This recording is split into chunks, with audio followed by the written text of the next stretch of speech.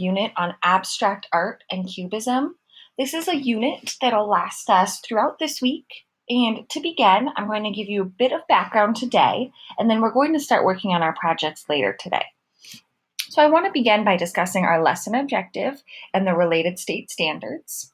Our lesson objective is that students will be able to complete a multimedia art project that demonstrates an understanding of abstract art. The state standards that we're focusing on this week are to create an expressive abstract composition based on real objects and assemble a found object mixed media two-dimensional composition that reflects unity and harmony and communicates a theme. I am sure that there are some words, some terms in this slide that might be new to you, but as we present this presentation today, a lot of these ideas will become a lot clearer. So to begin, I wanted us to look at some actual abstract art. This is called Mandolin and Guitar, and it's by Pablo Picasso. I'd like you to start by just thinking about what you see.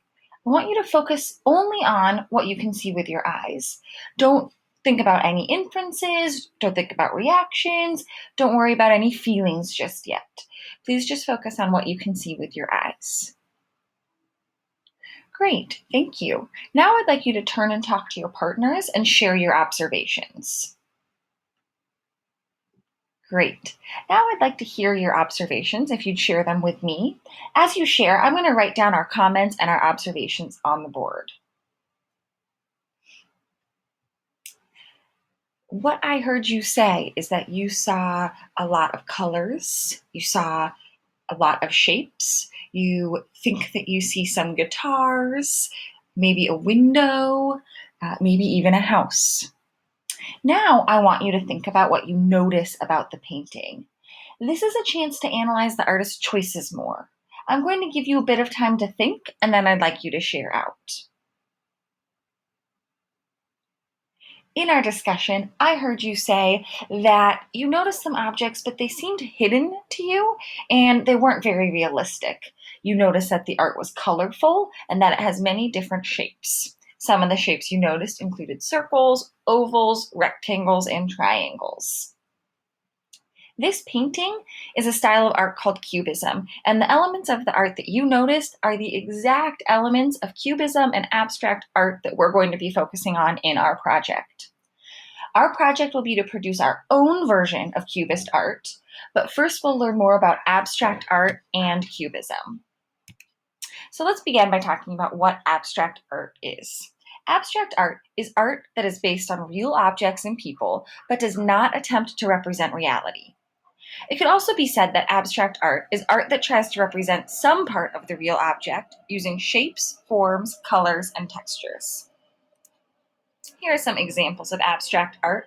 I'm going to give you a minute to look at these examples of abstract art, thinking about what I just shared. See if you can notice any of those qualities.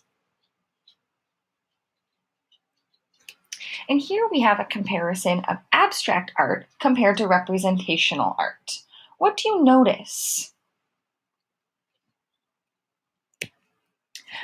What did we notice about abstract art? I heard you say that it was colorful, geometric, and we can usually tell what the original subject is, but the painting doesn't look exactly like it.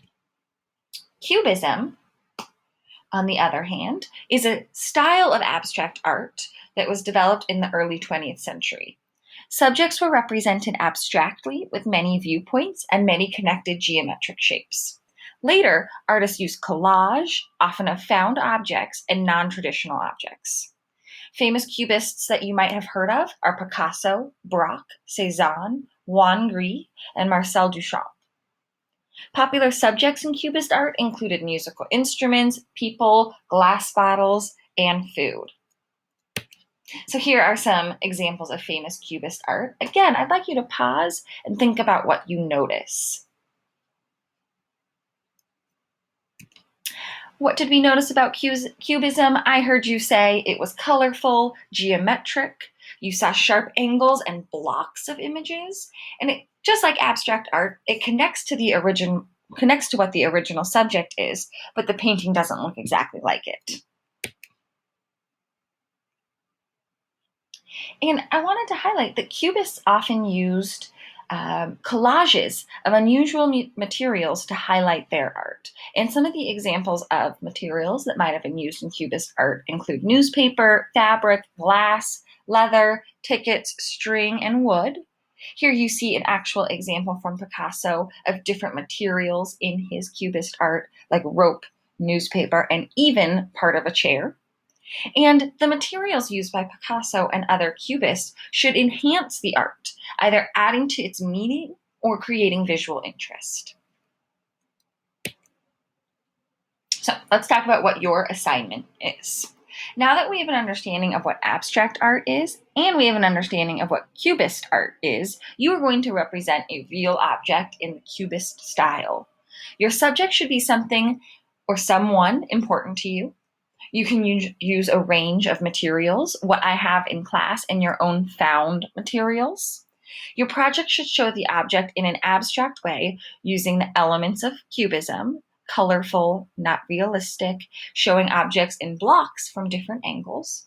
And the materials that you find should add to the composition in some way, either adding to its meaning or adding to it visually. Here are some examples of student Cubist projects. I'd like you to pause for a minute and think about what you see. 2 questions I'd like you to think about while you're reflecting on these projects are, what image is the artist depicting? And what qualities of Cubism does the painting include? Please share your answers with your partner, and then we're going to discuss these ideas as a whole class. I heard you say that some of the Cubist elements in the works that you see are that they have geometric patterns, and you can tell what the original object is. Here we see a fish, we also see a bottle, here we seem to see a person. I also hear you say that some ways that these projects could be improved would be increased use of found objects, which can be a helpful way to add to the meaning of the painting. So now that we understand what our end goal is, let's talk about how we're going to get there. And the first step in our assignment is we're going to brainstorm potential subjects and materials. And that is something that we're going to start with today. I'm going to have you come up with 3 images you could represent in your art. Then I want you to think about materials you would need or that you could use. And I want you to reflect on how those materials would enhance the art. After that brainstorm is complete, we'll move on to step 2, which is to create a rough draft sketch to plan for shapes, materials, composition, and angles. And I want to highlight that this rough draft is optional, but it is recommended.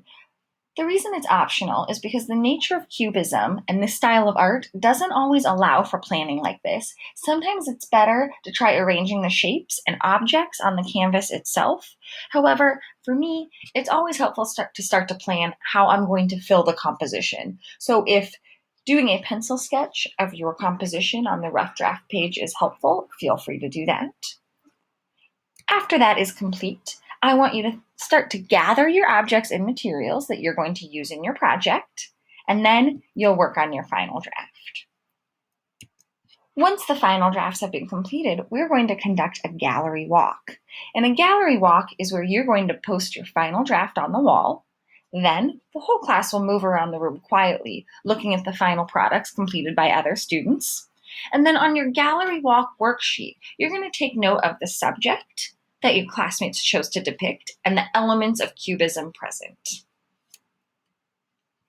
So now that we have an understanding of what abstract art is and what Cubism is, I'd like you to go ahead and start on your brainstorm.